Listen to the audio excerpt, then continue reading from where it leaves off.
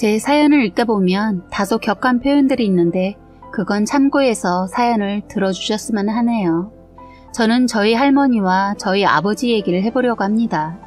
복장 터지는 아버지의 행동과 이해할 수 없는 할머니의 얘기예요. 제가 결혼해서 살아보니 정말 할머니의 억지는 말도 안 되는 것 같아요. 자기 자식만 생각하고 며느리는 그냥 아들의 뒤치다꺼리로 하찮게 생각하셨던 것 같습니다. 여기서 있는 사연들을 우연히 보다가 엄마 생각이 나서 이렇게 제 사연도 보내봅니다. 저는 어린 시절 하면 너무 힘든 기억밖에 없어서 그 어느 누구에게도 말하지 않았던 일들을 여기서 엉어리를 풀게 될 것 같네요. 저는 고등학교를 나와 돈만 보고 열심히 살았습니다. 어려웠던 집안을 장녀로서 일으켜 세워보려는 굳은 마음으로 정말 앞만 보고 열심히 살았던 것 같아요. 그런데 친정에 아무리 돈을 보태주어도 살림은 피지 않았어요. 아프신 아버지는 허구한 날 술에 쩔어 사시고 하루가 멀다 하고 사고를 치고 다녔기 때문이었습니다. 제가 어렸을 때부터 집불도 없으면서 아버지는 술을 드시다가 기분이 좋아지면 식당에서 같이 먹고 있던 사람들의 술값까지 계산을 해버리는 계획성이 전혀 없는 사람이었어요. 보중도 술김에 서버리는 그런 아버지 때문에 늘 엄마는 빚을 갚느라 너무 힘들게 사셨어요. 엄마도 아버지의 빚을 갚다 지쳐서 친할머니한테 손을 내밀었나 봐요. 그런데 할머니는 빚을 갚아주지도 않으시면서 되려 엄마한테 남자가 배포가 커야 한다며 그런지 또 어이없게도 잘했다고 아들 자랑만 늘어놓으셨다고 하더군요. 야, 남자가 뭐래도 뭐든지 크게 노는 거야. 그딴 술값이 뭐라고 애비 기를 죽이냐? 그리고 그 돈 얼마나 된다고 보증 설 수도 있지. 우리 아들은 크게 될 사람이니 뭐라 하지 말고 내조나 잘해. 어머니, 지나치니까 그렇죠. 저도 이제 한계가 느껴지고 애들 커가는데 돈이 많이 들어가는데 그런 거에는 관심도 없고 일만 저질러 놓고 그 뒷감당 제가 다 하니까 그러는 거잖아요. 너 가정 얘기를 왜 나한테 말하냐? 나는 모른다. 나는 먹고 죽으려도 돈 없다. 하고 툭툭 털어버리셨다고 해요. 이럴 거면 놀고 싶으면 놀고 일하고 싶으면 일하는 능력 없는 아버지 부추기지나 말지. 엄마는 너무 화도 나고 더는 안 되게 써서 할머니와 얽힌 일만이라도 해결하려고 말을 했다네요. 그럼 어머님이 저 때 술에 취해 있던 이 사람 저 모르게 데리고 가서 시이모님 보증서게 했던 거 그거라도 해결해 주세요. 그걸 왜 나한테 떠넘겨? 애비가 저질러 놓은 거니까 네가 책임져야지. 참 할머니는 항상 이런 식으로 막무가내였어요. 너무 기가 막힌 게 할머니가 이모 할머니 하는 사업에 콩고물이라도 떨어지면 그거 얻어먹으려고 술 취한 아버지를 꼬셔서 데려가 이런 일을 저질렀다는 겁니다. 그래놓고는 이모 할머니가 하던 일이 잘못되어서 잠적해버리자 완전 나몰라라 하면서 저딴 행동을 보여서 그 빚을 저희가 다 떠안게 되었다고 하더라고요. 그래서 한동안은 집에 모르는 아줌마 아저씨들이 와서 집을 다 쑥대밭을 만들어가곤 했어요. 할머니는 이렇게 아무런 도움도 주지 않으면서 아버지를 꼬드겨서 이런 일을 꾸몄고 할머니도 아버지 못지않게 사고를 치고 다녔습니다. 그렇게 맨날 사고를 치면 모든 뒷감당은 다 불쌍한 엄마의 몫이었고요. 할 수 없이 엄마가 생계를 위해 낮에는 국밥집 식당에서 바쁜 시간대에 설거지를 하고 퇴근하신 후 다시 새벽에는 김밥집으로 출근을 하셔서 저희 가정을 이끌어 가셨어요. 잠을 쪼개서 주무시고 그렇게 생활을 하신 거예요. 그런 불쌍한 우리 엄마를 도와 저는 동생 둘을 보살폈어요. 동생들을 생각하면 참 짠하고 안쓰러워요. 동생들이 남동생이어도 애들이 철이 일찍 들어 어리광 자체를 부리지 않고 자랐습니다. 딱히 잘하는 것도 없는 무능한 아버지 때문에 저희 가족은 늘 이렇게 힘들었어요. 가진 것도 쥐뿔도 없으면서 미련하게 배포만 크시고 일은 안 하시고 사고만 치시니 늘 힘들었던 기억밖에 없었습니다. 너무 힘들어서 어린 마음에 아버지가 안 계셨으면 좋겠다는 생각도 한 적이 있었는데 그것은 바로 술만 먹고 오면 우리를 못살게 구는 아버지의 주사 때문이었어요. 아버지는 술을 매일 드시기 때문에 저희는 아버지의 주사를 하루도 빠지지 않고 들어야 했어요. 주사를 들을 때면 그냥 듣는 게 아니라 무릎을 꿇고 말입니다. 아무튼 그때 매일 무릎을 꿇었던 것은 아니고 저희가 아버지가 오시기 전에 잠을 잤을 경우에만 그런 벌을 받아야만 했어요. 어린애들이 어떻게 새벽에 들어오는 아버지를 기다리다 잠을 자겠어요. 참 억지스러운 말도 안 되는 생각 때문이었어요. 참 한숨밖에 안 나오는 아버지였습니다. 일찍 들어오신 날은 저희를 앉혀놓고 내가 말이야 부터 시작해서 자기가 살아온 얘기, 앞으로 어떻게 살아야 하는 얘기 등등 하나도 쓰잘데기 없는 얘기를 주절주절 늘어놓으셔서 졸려서 눈을 비비고 들어야 했어요. 이런 잔소리는 짧으면 2시간이고 길면 서너 시간을 들어야 했습니다. 저희는 못 자게 벌을 서게 해놓고 아버지는 말하다 자고 또다시 일어나 또 말하고 저도 나중에는 꾀가 생겨 동생들과 저는 아버지 잘 때 다리를 펴고 살짝 자기도 했어요. 그렇게라도 안 하면 동생들이 너무 힘들어하고 저 또한 학교에서 공부도 못하고 잠을 자게 되어서 맨날 선생님한테 혼나기 일쑤였네요. 그런데 그냥 방으로 가서 자게 되면 더 큰 일이 벌어졌기 때문에 쪼그리고 앉아있다가 아버지가 완전히 자는 것 같으면 그때야 자거나 가끔은 저희도 모르게 그 자리에서 잠들곤 했어요. 가끔은 이유 같지 않은 이유로 큼지막한 배로 온몸을 맞기도 하고 이것저것 손에 잡히는 것이 있으면 마구잡이로 저희를 때리셨어요. 아버지는 술만 드시면 이러시고 술을 안 드실 땐 병자처럼 누워있거나 가끔 일하러 나갈 땐 용돈도 주셨는데 어린 나이였지만 아버지라는 사람이 꼭 악마 같았고 하나도 좋지 않았어요. 맛있는 거 사주거나 가지고 싶은 거 사줘도 하나도 행복하지 않았습니다. 자신이 한 것에 대한 미안함에 대한 사과의 뜻이었는데 정말 싫었어요. 완전 다른 사람의 2사람이 저희 집에 살고 있는 것 같았어요. 지금 생각하면 정말 어렸는데 그때의 저와 동생을 생각하면 자꾸 눈물이 나고 아리고 용서가 안 돼요.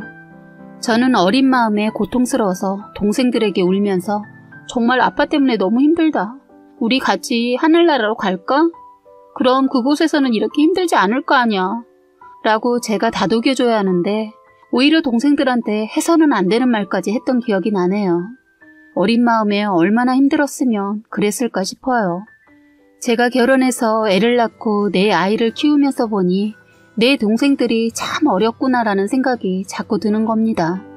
자그마한 고사리 같은 손으로 저를 도왔던 제 동생들이 지금은 애아빠가 되어서 아버지 같은 무능력한 아버지를 경멸했던 동생들은 얼마나 열심히 가정을 챙기고 아이들을 챙기는지 몰라요. 아주 이쁜 가정을 이루고 잘 살고 있네요. 그 모습들은 볼 때마다 너무 고맙고 다행이라는 생각을 합니다. 저도 어렸지만 많이 지켜주지 못한 것 같은 죄책감이 들었거든요. 어린 나이인데도 저 나름대로 애를 쓰다가 이렇게 아버지가 했던 행동들을 참다 못해서 엄마에게 말하면 집에서 크게 싸움이 났고 오히려 더 했으면 더 했지 덜 하지는 않게 되었어요. 우리 때문에 부모님께서 싸우는 걸 보고는 아버지가 괴롭혀도 우리가 참아야 하나보다 하고 계속 시달림을 받게 되었어요. 아버지는 엄마가 새벽에 일을 나가면 밤에 잠을 못 자게 괴롭히던 게 더 심해져서 늘 공포에 떨어야 했습니다. 아버지의 이런 행동들이 더 심해지기 시작된 것은 엄마가 새벽 일을 나가면서였던 것 같아요. 그전에는 그렇게까지 심한 욕설과 행동까지는 하지 않으셨는데 변하기 시작했어요. 거의 3년의 시달림을 당하다 결국 저나 동생의 머리에는 스트레스 때문이었는지 500원짜리만한 크기의 원형 탈모가 오고 너무 어렸던 남동생들은 이상한 틱 같은 행동까지 보였어요. 불안해서 그런지 손톱을 물어뜯어 말로 못할 정도로 심각해져 가고 있었고 잘하던 말도 더듬기 시작했어요. 정말이지 그때만 생각하면 진짜 몸서리가 쳐지네요. 엄마는 우리들이 아버지 때문에 힘들어하는 건 아셨지만 그때까지 그 정도로 힘들어하는지는 눈치를 채지 못했어요. 일하시느라 집에 오면 늘 피곤해 쩔어 계셨거든요. 엄마가 너무 힘들어 보여서 어린 저희도 참고 버티고 있었는데 엄마를 더 힘들게 했던 것은 할머니였습니다. 엄마가 출근하고 나면 엄마 모르게 가끔 주말에 와서 살림살이에 대해 잔소리를 늘어놓으셨어요. 하는 것도 없이 살림을 이따위로 하냐 너네 엄마. 아이고 너무 게으르다. 계집인 네가 좀 치우고 살아. 아버지 밥도 좀 챙겨드리고 하시고 가시곤 했어요. 그리고선 엄마가 뭘 사다 드리는 것이 있는지 여기저기 장롱이며 창고를 뒤지고 그런데 더 어이없고 황당했던 건 엄마가 만들어 놓은 반찬을 다 쓸어 가셨어요. 엄마가 힘들어서 정리가 잘 되어 있지 않는 건 사실이었지만 집이 더럽거나 하진 않았거든요. 제가 한다고 해도 늘 아버지가 어질러 놓은 걸 매일 치워도 끝이 안 났어요. 아버지는 한 번 쓴 것은 제자리에 두지를 않고 그 자리에 그냥 뒀어요. 저희는 늘 아버지의 리모컨이 되어야 했습니다. 저희는 아버지 때문에 힘든 하루하루를 보내고 있을 때 드디어 엄마가 지금까지의 모든 일을 알게 된 날이 있었어요. 엄마가 쉬지 않고 일을 하면서 그렇게 달려오다 한 번은 호되게 몸살이 심하게 온 적이 있어 하루 새벽 일을 쉬게 되면서 그동안 있었던 모든 사실을 알고 저한테 왜 숨겼냐고 하시길래 옛날에 아빠가 우리 못자게 괴롭힐 때 엄마한테 말했잖아. 근데 그 다음에 우리한테 안 그럴 줄 알았는데 아빠는 더 괴롭히고 더 때렸어. 그리고 우리가 말하면 엄마 아빠 싸우니까 엄마도 맨날 일하는 거 힘든 거 아는데 우리 때문에 걱정하면 안 되잖아. 하면서 펑펑 울면서 말했던 기억이 나고 그때 엄마는 저희를 부둥켜 안고 많이 우셨습니다. 사실 그때 제가 초등학교 3학년이었으니까 지금 생각해도 참 어렸던 나이였지만 엄마를 많이 생각했던 것 같아요. 어린 나이였는데도 엄마 일하는데 신경 쓰일까봐 저희가 겪고 있는 것을 전혀 말하지 않고 숨겼거든요. 동생들도 입단속 시키면서 엄마가 신경 쓰지 않도록 했으니까 어쩌면 저도 그렇고 동생들도 다 철이 일찍 들었던 것 같습니다. 그렇게 엄마는 모든 것을 알게 되면서 아버지와 엄청 심하게 다툼을 하셨어요. 아무리 술을 드셨어도 힘이 장사인 아버지를 이길 수 없었던 엄마는 말로밖에 아버지한테 대들 수밖에 없었어요. 아버지는 엄마와 대화하다가 밀리면 습관적으로 손을 올려서는 엄마를 때리셨어요. 이 지긋지긋한 인간아, 네가 사람이야? 내가 얼마나 더 너 같은 걸 위해 옆에 있어야 하는지 모르겠다. 술만 먹고 처자식은 안중에도 없는 당신이랑 더 이상 못 살아. 라며 엄마는 아버지에게 말하셨고 엄마가 대들거나 이러면 더욱 손찌검은 심해졌습니다. 엄마에게 손을 대는 아버지를 저희도 보고만 있지 않고 말렸고 그럴 때는 우리도 함께 맞았던 기억이 나네요.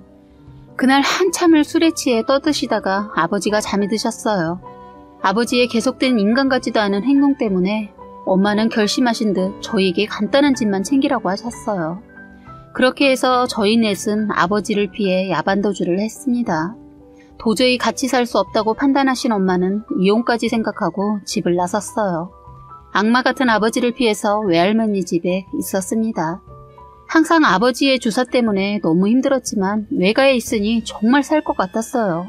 하지만 얼마 지나지 않아 일주일쯤 지나니 아버지가 저희를 데리러 왔습니다. 아버지는 절대로 이혼 못해준다고 하고 엄마는 다신 집에 안 가겠다고 했어요. 그러자 아버지는 억지로 저희들을 차에 태웠습니다. 엄마는 절대로 애들 못 데려간다고 저희를 차에서 내리게 하려고 하자 외할머니도 지치셨는지 그냥 애들 데려가게 두라고 하시면서 엄마를 잡으셨어요. 그렇게 해서 저희만 데리고 집으로 왔어요. 그런데 아버지는 저희만 데려왔지 엄마 몫을 해주지 않았어요. 그래서 뭐든지 다 오로지 제 몫이었던 거예요. 빨래해서 밥하는 거, 설거지, 청소 너무 힘들었던 것 같아요. 엄마도 그런 걸 아시기에 자신만을 생각하지 않고 엄마는 할 수 없이 다시 집으로 돌아오셨습니다. 아버지는 그럴 거라는 걸 알고 저희를 데려왔던 것 같아요. 그런데 엄마는 이번만큼은 각오를 하고 아버지에게 각서를 받았고 계속 이렇게 했다가는 전부 농약 먹고 함께 죽자고 했어요. 항상 개망나니처럼 굴었던 아버지는 다신 입에 술도 대지 않고 저희들한테 그런 행동도 하지 않겠다는 각서를 받고 다시 살게 되었습니다. 그런데 참 사람 변하지 않더군요. 걔가 재벌은 남 못 준다고 아버지는 또다시 술을 입에 대기 시작했어요. 그래서 또다시 지옥 같은 삶을 살게 되었습니다. 화가 난 엄마는 술에 만취한 아버지에게 내가 믿을 걸 믿었어야지. 내가 너 같은 놈을 믿고 다시 돌아온 내가 바보 등신이다. 아이들 생각해서 더 열심히 살아야지. 왜 자꾸 술독에 빠져 사는 거야? 난 당신 포기했으니까 나랑 애들 앞으로 없어져도 나 찾지 마. 라고 그러고는 가슴을 두 주먹으로 펑펑 치면서 아이고 우시면서 신세 한탄을 하셨고 며칠 후 저희 엄마는 저희를 데리고 엄마 친구 도움을 받아 아버지가 찾지 못할 것 같은 시골로 도망을 갔어요. 술만 먹고 처자식은 안중에도 없는 무능한 아버지를 피해 10년 넘게를 숨어서 살았습니다. 아버지는 가진 것도 없고 능력도 없고 무지하고 무식했던 아버지는 아무리 찾으려고 했지만 저희를 찾지 못했어요. 그때 삼촌도 있었는데 삼촌 역시 하도 사고를 쳐서 얼굴 보기 힘들었는데 저희 찾는데 자기 동생 도움을 받지 못했던 것 같아요. 그렇게 저희는 안정을 찾고 잘 살고 있었어요. 그런데 엄마가 외갓집에 일이 있어 잠깐 들렀다가 아버지 소식을 듣고 마음이 약해진 엄마는 아버지를 다시 받아들였습니다. 받아들였던 이유는 맨날 술독에 빠져 살다가 하루가 다르게 살이 빠지고 혈색이 검게 돼서 병원에 찾았더니 간암 말기를 진단받았다고 하더라고요. 엄마는 그래도 애들 아빠인데 끝까지 버릴 수 없었다고 했습니다. 그렇게 해서 다시 아버지를 시골에 모셔오게 되었습니다. 그때부터 저희 삶도 다시 어두운 터널 속으로 들어가더니 빠져나오지 못했어요. 아버지의 병원비 그리고 아버지의 사고치는 거 뒷수습 때문에 저는 할 수 없이 공부를 포기해야만 했습니다. 저는 기울어져가는 집안을 살리기 위해 공장에 취직을 했고 어느 날 공장 쉬는 날 집에 갔는데 부엌에 계시던 엄마가 한없이 한숨을 쉬고 있었어요. 엄마, 요즘 아빠 때문에 많이 힘들지? 난 정말 아빠 믿지만 다시 아빠 받아들인 거 엄마 마음 다 이해해. 너무 우리한테 아빠 데려왔다고 눈치 보지 마세요. 라고 엄마한테 말씀드렸습니다. 엄마는 자신을 알아줘서 고맙다고 저한테 고생시켜서 미안하다고 하시더라고요. 그런데 아무리 열심히 벌어서 집에 돈을 보태줘도 늘 부족하고 힘들었어요. 자식으로서 이런 생각하면 안 되지만 우리 곁에 다시 돌아온 간암말기 진단을 받은 아버지가 어서 빨리 죽었으면 좋겠다고 생각했어요. 왜냐면 자꾸 사고를 치고 다녔기 때문이에요. 남의 가게에 가서 술을 드시고 유리창을 깨부시지를 않나. 남의 차를 돌로 던져서 파손을 하지 않나. 정말 시도 때도 없이 사고를 치셨어요. 제가 벌어서 엄마한테 보내면 그 사고 친 거 메꾸기 바빴어요. 저 혼자만으로 감당 안 되기도 하고 경제적으로 살아가기 힘들었기 때문에 엄마는 농사를 짓다가 시내에 있는 식당 일을 시작했는데 그때 혼자 집에 계신 아버지는 여기저기 돌아다니면서 사고를 친 거예요. 동생들은 학교를 다니고 있었기 때문에 아버지를 케어하는 사람이 없다 보니 사고만 치고 다니셔서 할 수 없이 엄마가 일을 그만두고 아버지를 지켜야만 했습니다. 엄마가 아버지 술 드시고 자는 뜸 타서 밭일하고 있으면 몰래 나가서 또 술 드시고 사고치고 그렇게 못된 짓을 하시더니 병세 악화로 자리에 누우시더니 다시는 영영 일어나지 못하셨어요. 차라리 잘 됐다고 생각했습니다. 그때는 아버지가 너무나 버거운 짐이었거든요. 저는 정말 힘들었지만 한 번도 아버지한테 대들거나 어떠한 제스처를 취한 적이 없었는데 아버지가 돌아가시기 한 달 전에 그동안 쌓인 말을 하염없이 눈물을 흘리며 다 토해냈어요. 아버지 또한 죽기 전에는 미안했는지 저에게 아버지가 죄인이다 하시면서 미안하다고 하더군요. 처음으로 아버지한테 사과라는 것을 받았어요. 저희를 그렇게 괴롭히고 힘들게 했던 아버지는 그렇게 돌아가셨습니다. 아버지가 돌아가시고 나자 저희 집은 그때부터 안정을 되찾기 시작했어요. 동생들도 제가 열심히 일을 해서 대학까지 보냈습니다. 동생들은 이런 저에게 늘 감사함을 전하고 있어요. 저는 동생들이 결혼할 때까지 저에 대한 것은 생각도 하지 않고 희생을 하면서 살았거든요. 어린 시절 아버지한테 당했던 걸 생각하면 가슴 한구석이 아려서 너무 안쓰러운 제 동생들을 끝까지 책임지고 싶었어요. 왜 그런지는 모르겠는데 그냥 제 동생들이 너무 안쓰럽고 짠했던 기억이 제 발목을 잡고 있었어요. 그래서 저는 제 삶도 포기하고 결혼을 하지 않고 동생들 먼저 결혼 다 시키고 어느 정도 자리를 잡았을 때 아는 지인 통해서 남편을 만나게 됐어요. 동생들 뒷바라지하는 것에 빠져 저는 연애에 있단 거는 생각조차 하지 않고 앞만 보고 오로지 돈만 보고 살았는데 너무나 착한 남편을 만나게 된 겁니다. 늦은 나이라 임신은 꿈도 꾸지 못했고 제가 자궁 쪽에 조금 문제가 있어서 자연 임신하기가 힘들다고 해서 아기 갖는 걸 거의 포기하다시피 했어요. 하지만 감사하게도 시험관 아기가 성공되어서 쌍둥이를 낳아서 잘 살고 있어요. 엄마는 재혼하시지 않고 계속 혼자 사셨고 그런 엄마는 제가 결혼해서 가정을 이루고 행복하게 사는 모습을 보고 너무 좋아하셨어요. 그런데 할머니는 명절이나 이럴 때 아버지의 죽음이 저희와 엄마 탓인 양 막말을 하셨어요. 엄마도 이제는 같이 늙어가는 연세라 지치셨는지 참다가 작년 명절에 할머니 집에 갔다가 다 뒤집어 엎어놓고 나와버리셨어요. 작은아버지 계시지만 이혼하고 혼자 사셔서 엄마 혼자 이것저것 준비하고 있는데 할머니가 엄마한테 그랬다네요. 10년 동안 숨어 살면서 어떤 놈하고 놀았느냐고 하시면서 더 살 수 있는 아들 데려가서 말려 죽였다고 했다고 합니다. 엄마도 더 이상은 안 되겠는지 그럼 혼자서 아들 제사상 차려서 보내라고 하고 2번 다신 발걸음 안 한다고 하고 나와버렸다고 해요. 그 이후로 정말 할머니 아프다는 연락 와도 엄마 가시지 않아요. 작은 아버지도 자기 엄마 감당 안 되니까 일만 있으면 엄마를 찾으시는데 이젠 엄마도 결심을 하셨는지 작은 아버지한테 말했다고 합니다. 형도 없는데 고집불뚝인 시어머니 잔소리 다 들으면서 지금까지 그만큼 했으면 할 만큼 했다고 생각하는데 내가 이런 말 안 하려고 했는데 그쪽 인간들 다 하나같이 양심도 없는 인간들이야. 어머니는 우리를 그렇게 피말려 놓고 한다는 소리가 내가 당신 아들 죽였다고 하는데 이게 할 말이야? 내가 다 죽어가는 당신 아들 데려다가 병간호한 거 뻔히 알면서 바람피는 환양년 취급까지 했지만 그래도 시댁이라고 찾아가서 챙겨드리려고 했는데 당신들 내 인생에서 모두 지워버릴 테니까 다시는 연락하지 마 라고 하면서 작은아버지께 말했고 작은아버지는 사정사정했지만 바로 전화를 끊어버렸다고 하네요. 원래 매정하지 못하신 엄마지만 이렇게 하시고는 정말 냉정하게 정을 끊어버리시더라고요. 그 후부터는 저희 명절을 이제는 엄마 집에서 지내고 끝냅니다. 그래서 이번 명절은 시끄럽지 않게 조용히 즐겁게 보낼 수 있었어요. 그리고 저는 이번 명절에 엄마한테 물어봤어요. 엄마도 지금 생각해보면 참 답답한 인생을 사셨는데 왜 아버지를 버리지 않았냐고 그랬더니 엄마는 아버지가 없이 자란 자신의 성장기가 너무 싫어서 저에게 저런 못난 아버지라도 그늘이 되어줄 거라고 생각하고 버리지 않으셨다고 하더군요. 그런데 끝까지 짐이 되어서 후회했다고 합니다. 맞아요. 전혀 그늘이 되어주기는커녕 정말 너무나 무거운 큰 짐이었어요. 이제는 엄마도 엄마를 위한 삶을 사시길 바랄 뿐입니다. 정말 힘겨웠던 어린 시절과 엄마의 삶을 얘기하다 보니 사연이 길어졌네요. 끝까지 읽어주셔서 감사합니다. 모두 행복하세요. 사연은 여기까지였고요. 구독과 좋아요, 알림